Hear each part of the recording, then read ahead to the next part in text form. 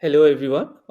Today we are in conversation with two young and bright development sector professionals, Akanksha Jain and Ishika Seal, uh, on their journey and beyond the prestigious Young India Fellowship.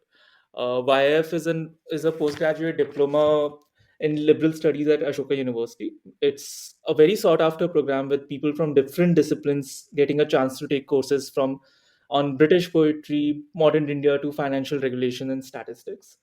Over the years, YF and Ashoka University have contributed immensely to the development sector, characterized by its excellent education and top notch talent. Today, we are in conversation with these two development professionals who have done by the Young India Fellowship at different times to know more about their journey at YF, what motivated them to do YF, what was the experience like, and what they been doing since. Starting with you, Akanksha, why don't you tell us a little bit about yourself and what has been your career trajectory and journey like? Sure, thanks, Ayush.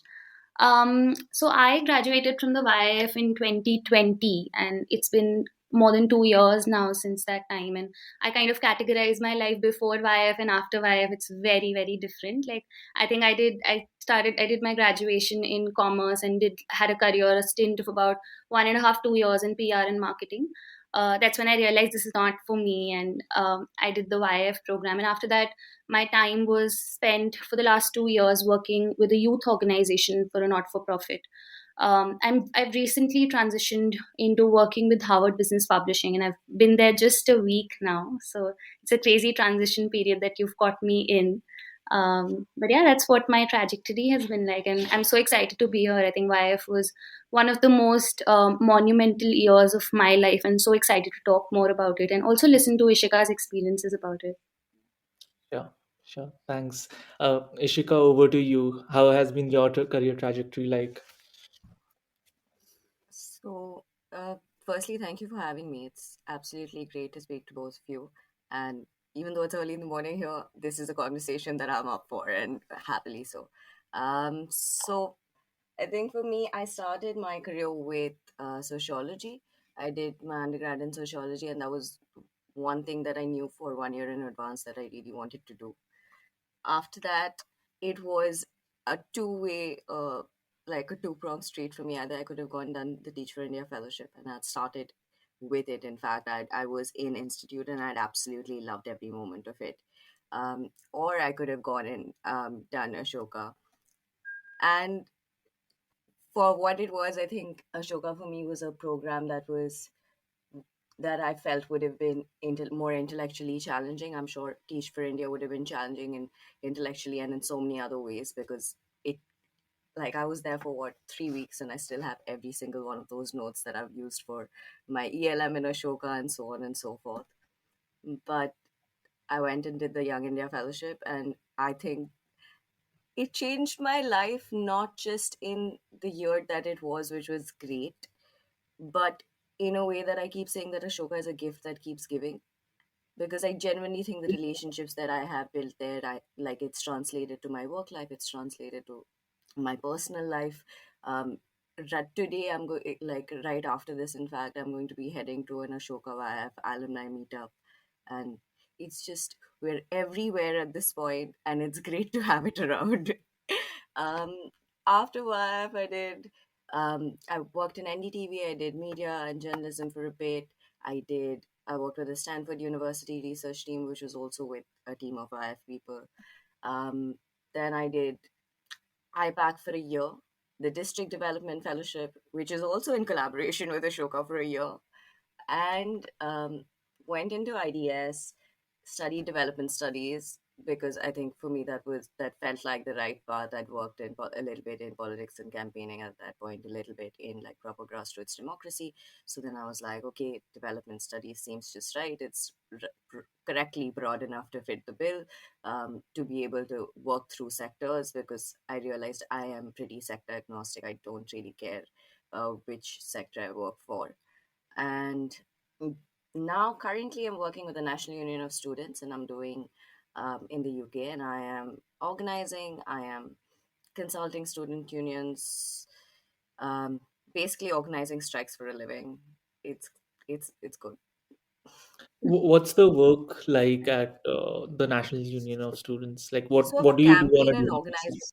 right? So I'm a campaign and organizing consultant, and I feel like a lot of the work that I do here is actually I draw my like ideas from the time that I spent at IPAC and on field organizing for a political party. Here I organize students towards, let's say, getting maintenance grants. We're working on free transport. We've got free buses in a few places, but we want more than 50% or like at least like severely cheap and discounted prices because free education is the goal. So my daily work is designing campaigning plans, doing a lot of phone calls to people, going to the field on good days, looking out for like opportunities of, this place is having a big event.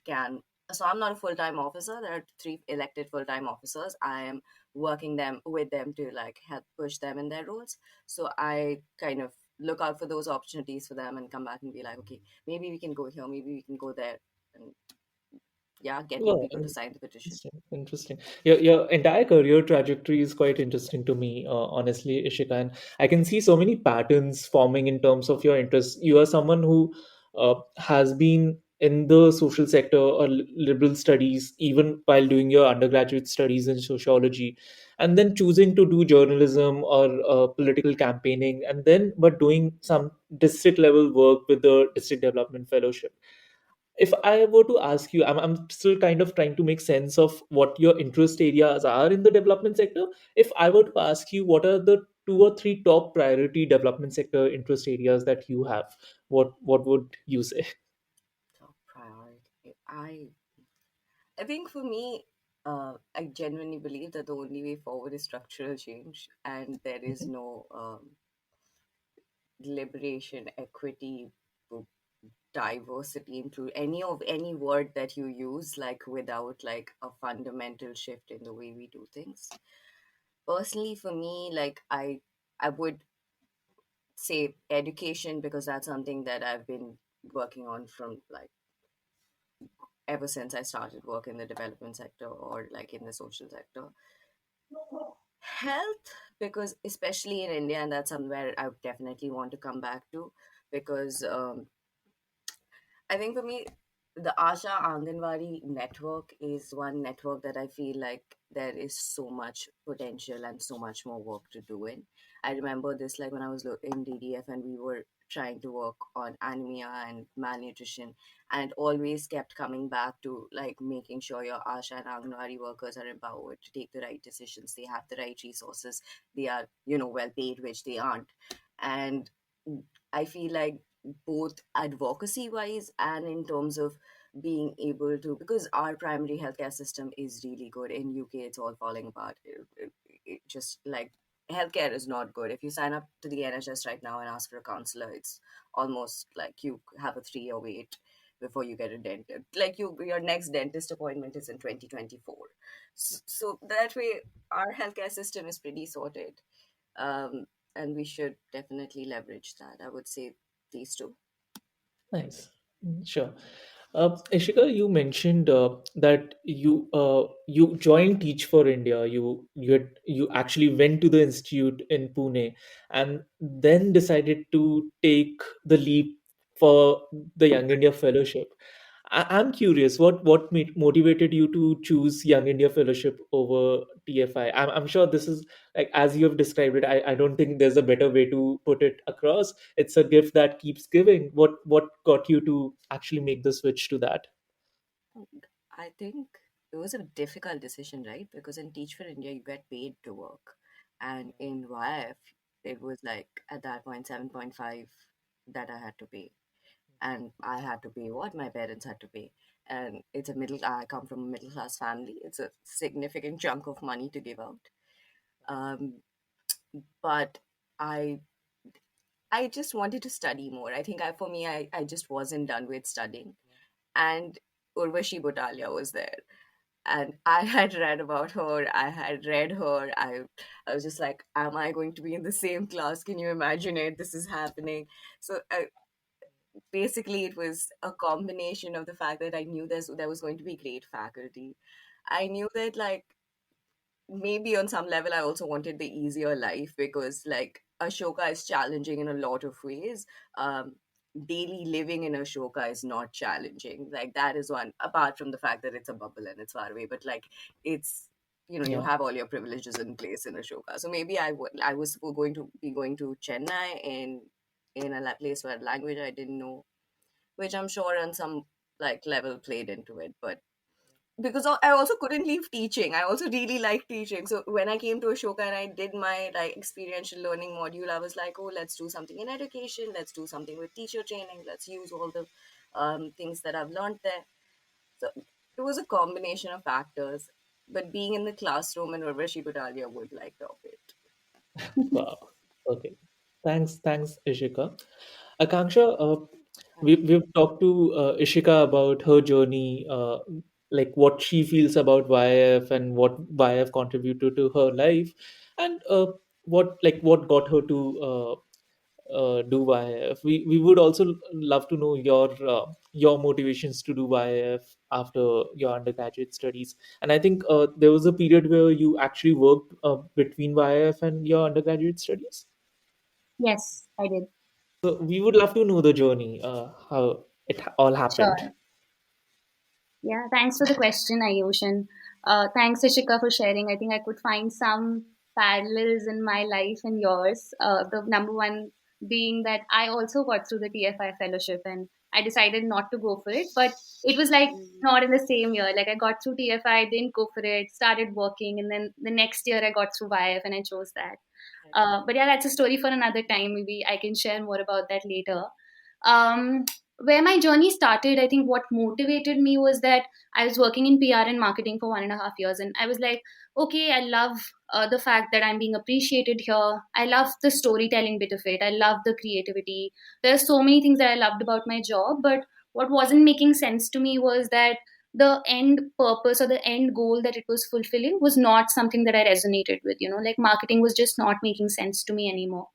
And there was this dream that I'd always held. Like I didn't get a chance to study humanities when I was growing up, subjects in humanities. And it was like, this one unfulfilled thing that you really want from life.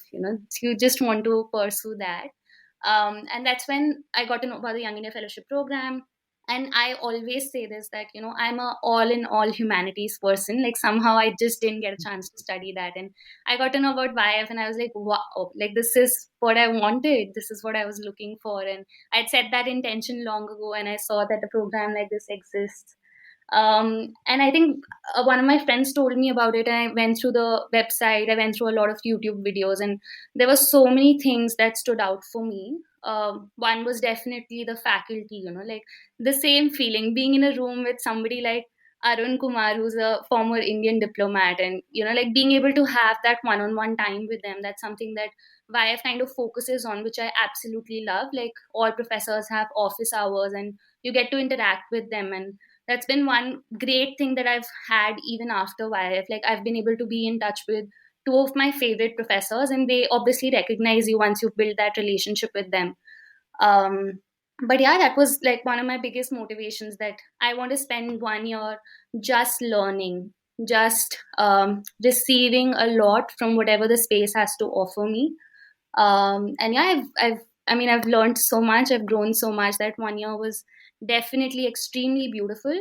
It was amazing, it was challenging. I'm not going to say that it wasn't challenging. Like any good thing in life, it brought its own challenges. But yeah, those were my biggest motivations to join. Just learn, just receive.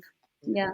Hmm. Nice. So, Akanksha, what were some of the courses that you took at YF? What's the curriculum like at YF? Yeah. So I think a few of my favorite courses. One was in design thinking. It was taken by Professor Ranjan Banerjee, who's the former dean of SPJN, and he now heads BITSOM, which is another B school in Bombay. Another one was ecosophy. There was everything, like the range of subjects from makers of modern India, which is history. There was cognitive science. There was physics, which I didn't like. And then there was economics, uh, everything basically. Shakespeare, feminism. Feminism was actually a critical writing subject. So yeah, like a very big range of subjects to choose from. A lot of them are very sociology, psychology kind of based subjects, like humanities subjects, but there was like one or two core subjects which had something like economics in it as well, and physics in it as well. Yeah, I think like one of the things that I really asked myself before joining YF was that I compared the subjects that an MBA would offer and that like a YF would offer. And I think what really attracted me was that okay, I don't know what I'll feel more proud of. Will I feel more proud of the knowledge I possess if I'm talking about a business or like something like finance, or will I feel more proud if I can talk about these subjects that are more life based, like wisdom based? And that's one of the reasons I actually came for YF, because I was like, I'll feel more proud if I can talk about human behavior or the past, where we come from, history, things like that. Yeah. Okay, nice. And what's the split like between the mandatory courses that you have and the optional courses you may have? Yeah. So we have, at least at my time, we had 8 semesters. Across those 8 semesters, we had 7 core subjects, and each the core subjects are to be taken by every single person in the YF program. And apart from that, we would have about 2 to 3 elective subjects that we would choose from each semester. So the core subjects were something like leadership based, economics, things that are more core to the kind of curriculum they offer. And then the elective subjects would be more like ecosophy and design thinking, like special skills. There was also a course on filmmaking, which all of us loved, by the way. There was a course on Kashmir, like article and like everything, like different subjects like that. But yeah, those were like split into those 8 semesters. We could choose. We had to go through a bidding system to choose the subjects that we wanted. That is true. Okay, Yeah. But to nice. quickly add And that, like, yeah, along with uh, these subjects, we also had critical writing, which you was talking about. And critical writing is the only course. There are two courses which span throughout the year. One is critical writing, and that is your in-depth understanding with whatever it is that you pick. And the other is the your experiential learning module, which is your internship basically. So both of those things was really fun for me. In fact, with my critical writing professor, like he's one of the nicest people that I've met. Like I've gone to him with like life conundrums. I remember during the Me Too movement when everyone's trying to make sense of it, and he's one of the few men whose voices I really trust. So I just went to him with my concerns, and the most articulate responses came out. But yeah, sorry, go on. wow, yeah. Those Thanks for chapters. sharing, Ishika.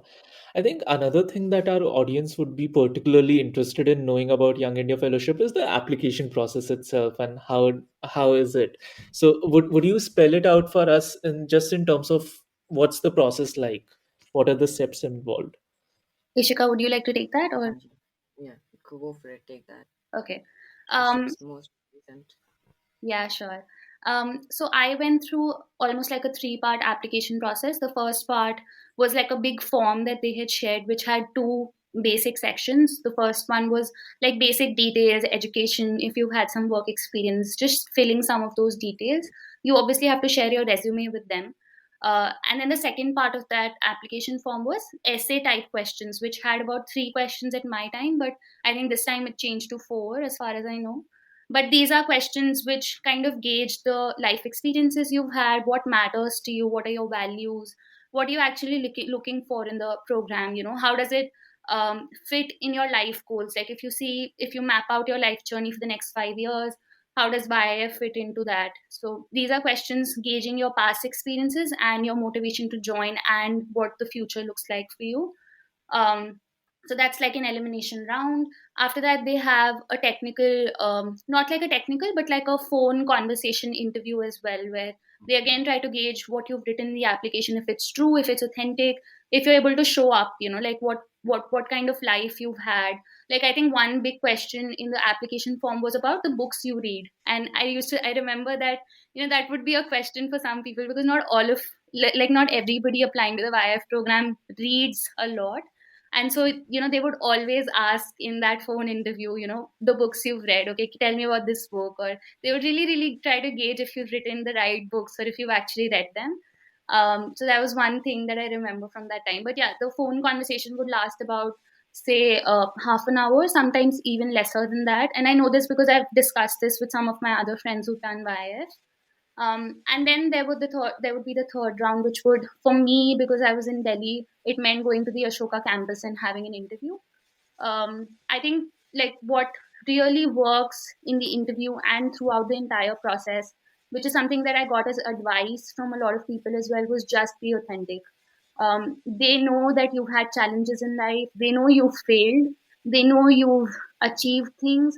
If you can be vulnerable about what you failed at, and if you can be really, really strongly sharing what you've achieved or what you're proud of, they'll receive that, and they'll be curious about it. And I remember that my interview conversation didn't feel like an interview. It was like more like getting to know somebody, and I could ask as many questions as they were asking.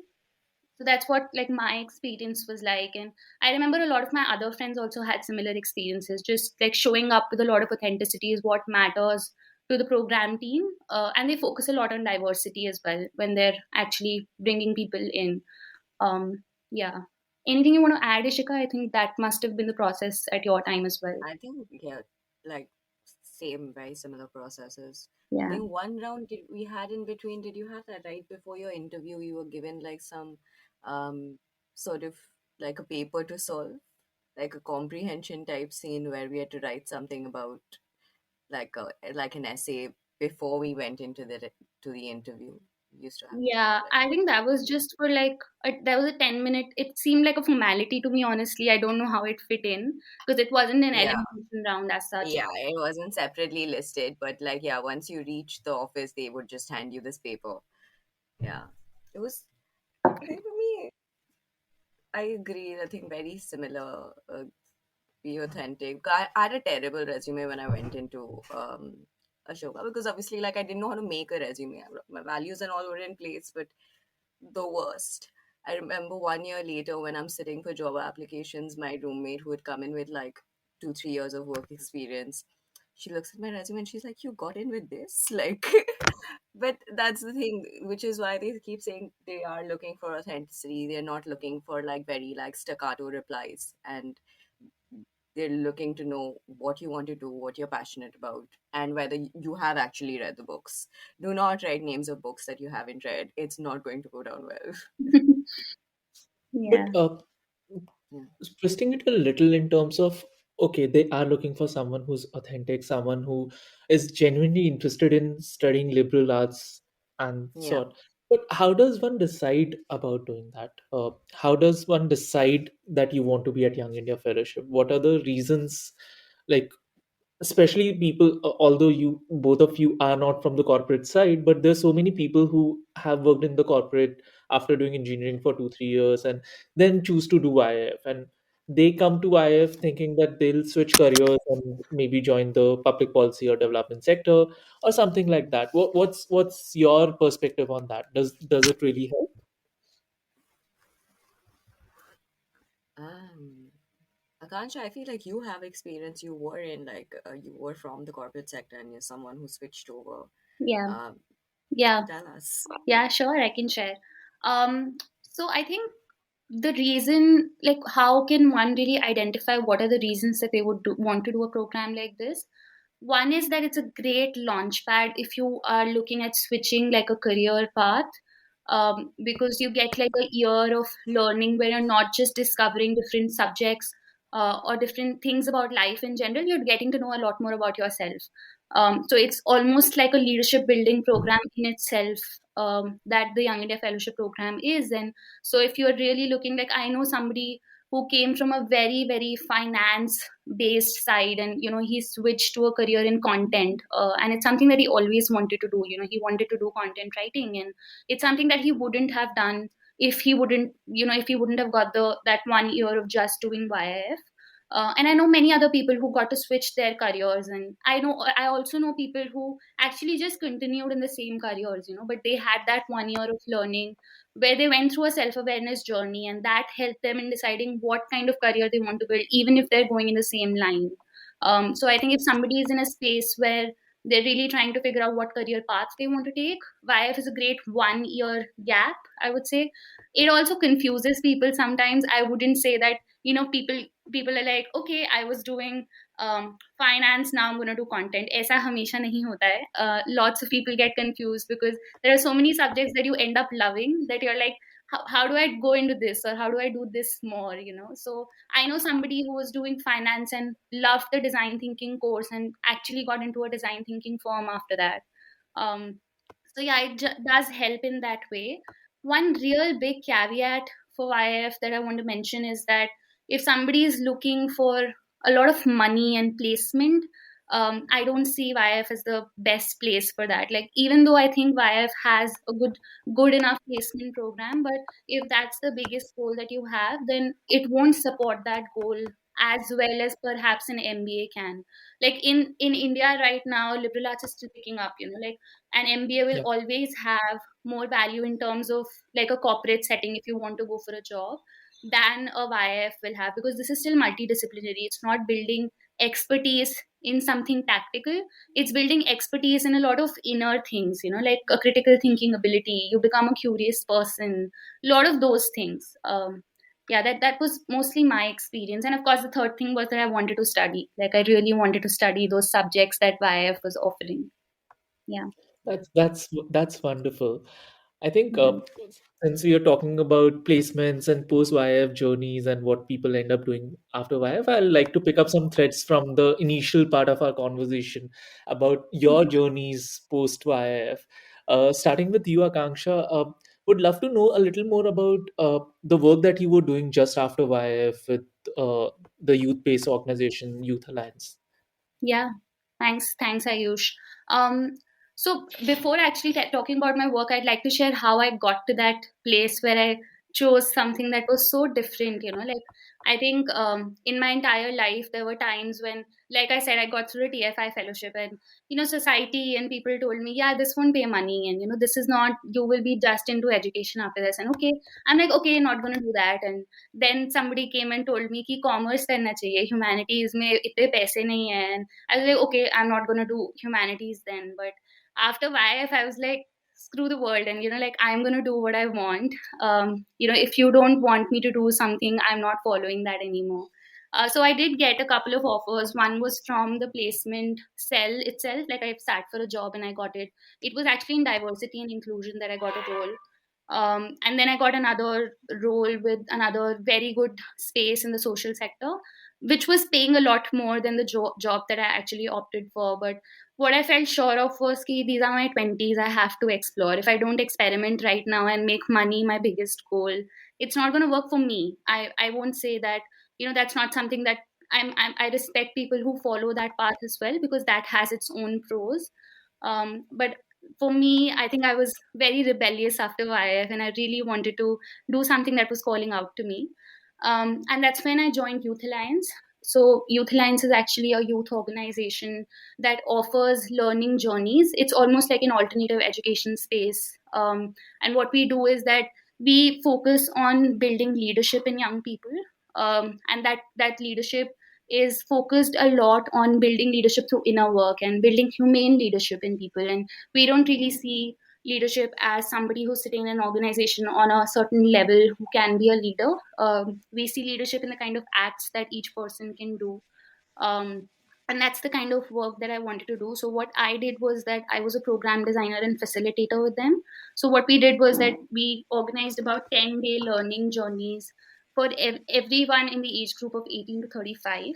And these learning journeys had different themes. Like, one was a rural immersion journey called Gramya Manthan. The other one was on ecology and climate change called Arthashastra. There was another one on self-awareness, which was called the ecology of self. So these three journeys mostly is what I organized, and there were different other processes that we did. But again, the crux of it was building leadership. These were just different themes through which we did that. And yeah, it was quite an experience for me. Like, I think, like, talking about learnings through these last 2 years is going to be a whole podcast in itself. I'm also in a very nostalgic phase about that time because, like I said, I'm in that transition phase right now. But yeah, I think it was the most fulfilling thing about this last 2 years was really working on the ground, like seeing what's happening in villages, going Mhm. closer to nature, like building a connection with nature, building a connection with people. what I really, really enjoyed was the people development side of it. Like, I actually was a part of a lot of moments of transformation for people. So yeah, that work is of people transformation, and that's what's brought me closer to my purpose as well. Yeah, it's been quite exciting. Yeah. Wonderful. I think I relate quite a bit to it because uh, I had a good sense or some good advice from people to also start my development sector journey, starting small and working on ground and just learning of about things, how they happen on ground in whatever things I was interested in. And I think that Yeah. has, even today when I'm working at a much more macro scale, it really helps me in whatever I'm doing to have that perspective. And I hope the same for you working with the government, especially with all the chief minister fellowships, and I think there are multiple states which are in the process of launching chief minister's fellowship. I know Yeah, of Maharashtra and Assam for now. Uh, DDF is yeah, a similar endeavor where you get to work on yeah, district level, but with the government. What was your experience like? Like, I think when you're part of the government and working within the government and seeing very how different. things unfold at Yeah, a very implementation level, there's so many insights coming, but there are also so many, oh, ये actually ऐसे होता है. It's like I because I worked at yeah, district level with the government, and I think before I went into that program, I would usually say सरकार ये क्यों नहीं कर पाती है. After that year I would be like सरकार जितना कर पाती है वो कैसे कर पाती है, after seeing the kind of challenges and the kind of resources and capacity we had at district level. What was your yeah. experience? I think one, it was a great learning experience because one thing that working in the district gives you is the very practical functionality of if this is the problem, which department is going to solve it. And even then you're struggling because there are that many departments and everyone and a lot of like decisions are allied, so even if like one thing goes through in one department, it might take 3 months to pass through in the other department. I think there's a lot of talk about how like public policy needs to like integrate with technology, and how technology will be the radical solution to like all sorts of policy problems. But like at the district level, and this is not like my state, like Punjab in particular, but like I've heard this of places that we sent like people don't know what QR codes are right in the district. Like you or like everyone's functioning with loads and loads of paper, like paper, and imposing technology in a place like that is like challenging. It has to like undergo, like you said, looking like human resources, or not human resources, or like people working in bureaucracy need to be like changed, like trained in like you accessing the technology, knowing that okay, this is what we do with Excel, or this is how we can use it. One of the things that we were working on was, in fact, the first thing that we were given to do is we were part of the data cell for COVID, and a lot of our work during was like peak COVID, during second wave, like managing the numbers that come in. Also, like with the numbers, trying to figure out whether all the supplies are in place at one point, especially when second wave really hit badly. That was particularly distressing because we were the ones with real time figures. And even when people would call us, be like, can you tell which hospital to go to, there would be like, you can go to that hospital right now, it has 3 beds empty, but it might not be by the time you go, so Yeah. I Yeah. cannot make any promises. And so like that way, working in the district was also like how, especially in the health sector, like your civil surgeon is going to be there. For Ayushman Bharat, you'll have to go to your DPO, but for malnutrition, you will, or anemia, you will need both your health department and your women and child department. If you need your officers there to like make sure that they keep going on ground. It's not like there's one CDPO officer just keeps meeting the same Anganwadi people in like, and it sometimes so many asha workers don't have phones, they don't have like the resources necessary to do their jobs. So that for me was like one of the major learnings, because I was like, you asha workers are literally supposed to handle everything in the government. Like I feel like they're in charge of health, they're in charge of, and by health they're in charge of immunization, they're in charge of, like, your um vaccinations, they were in charge of your, what do you call, malnutrition, anemia, pregnancy, antenatal care, um basically pre-primary education.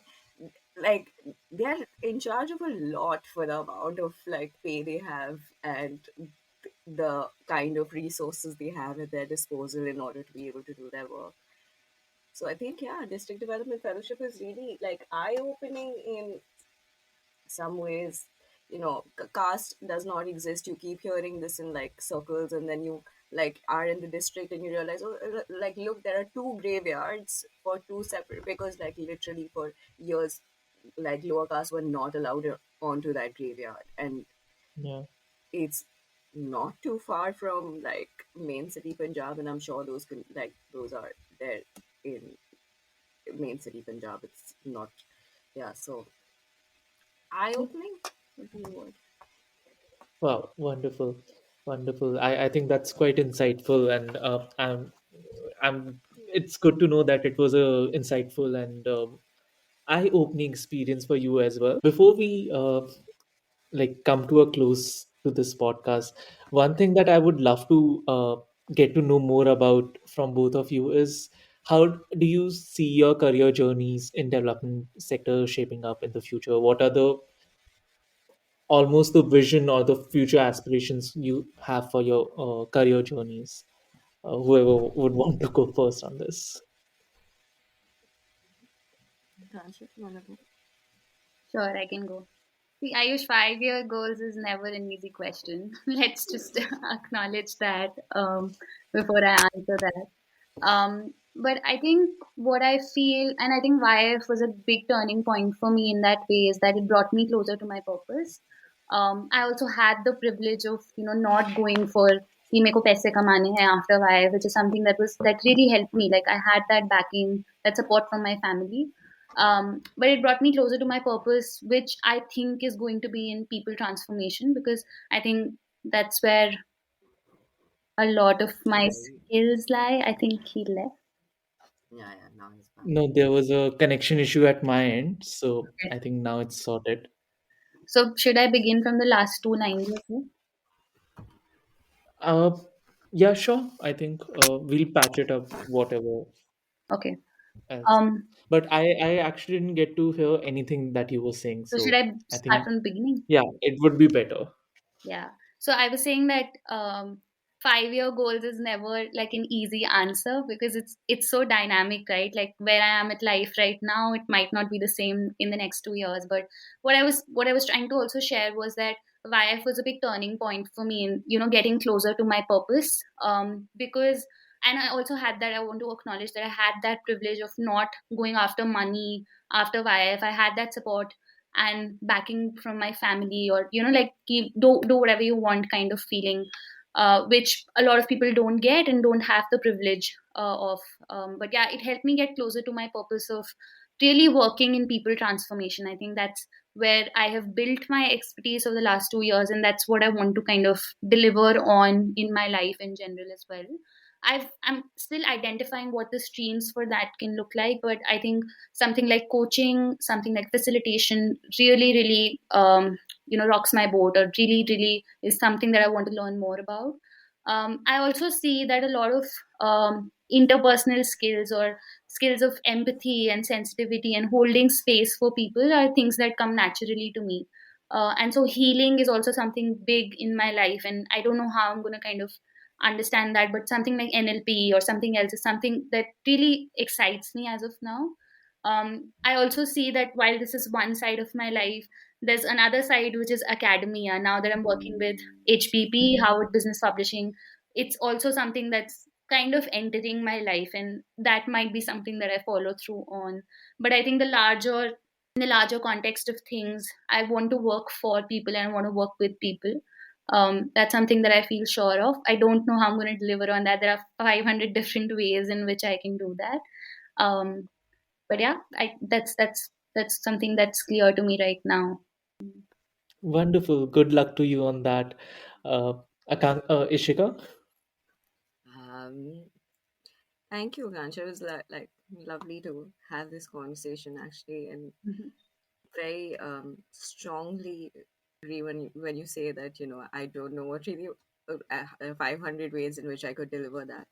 I think this is actually there in the wire brochure, by the way. If you come in confused, there is a greater likelihood that you go out more confused, Yeah. which is why I think all of us are like, so many ways in which we can do the same thing.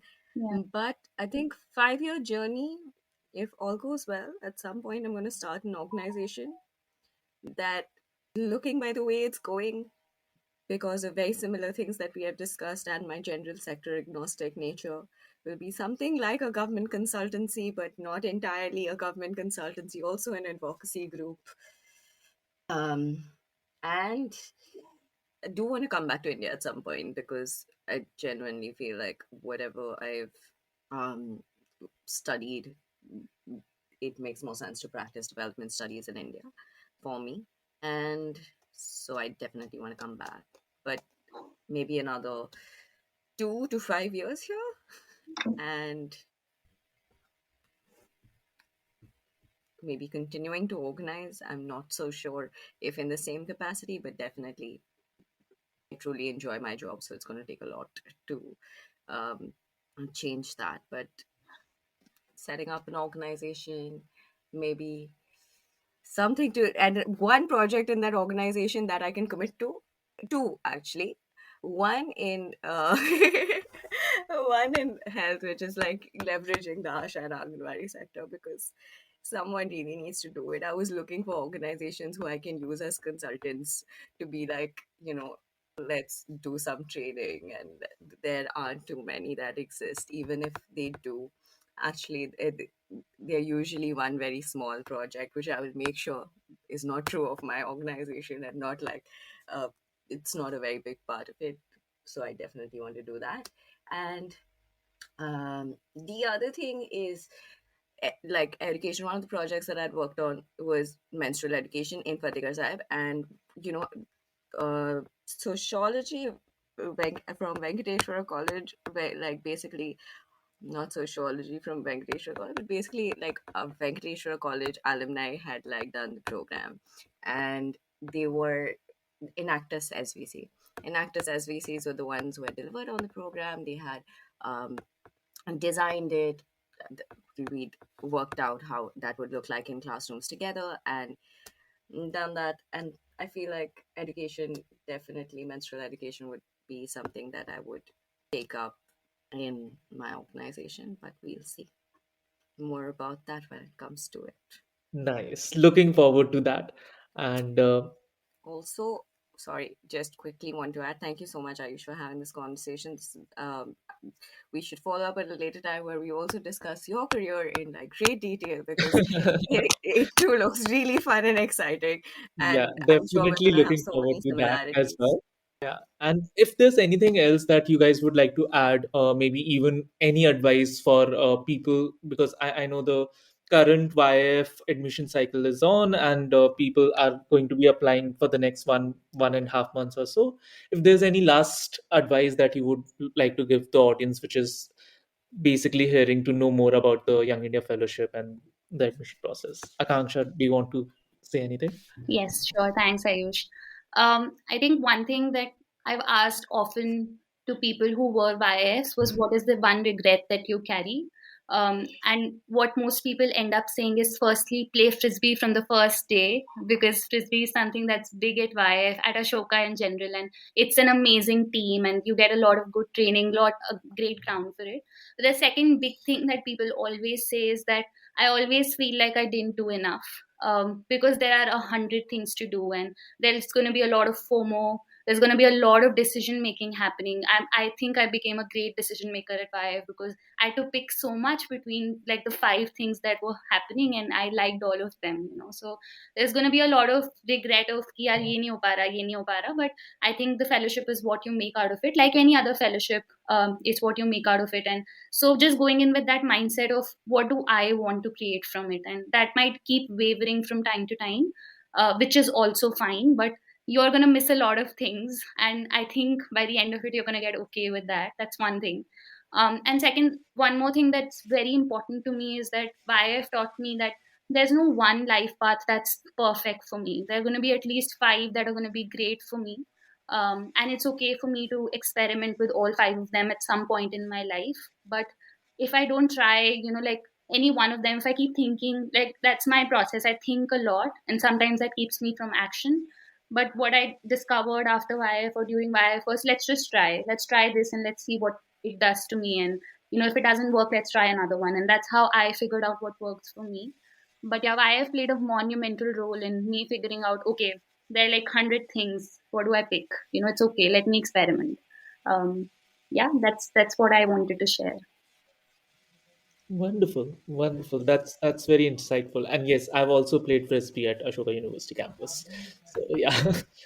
um, Yeah. thank you so much, guys. I think I had a wonderful time speaking with you. I learned a lot in the process, and just very very positive vibes, just in terms of the conversation and the kind of work both of you are doing and have been doing in the past.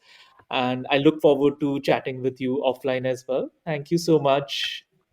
Thanks for Thank having us, you. Ayush. Thank This was you. amazing. It was so nice to hear from This Ishika was really also. fun. Yeah. This has been Yeah. really fun. Thank you. Yeah.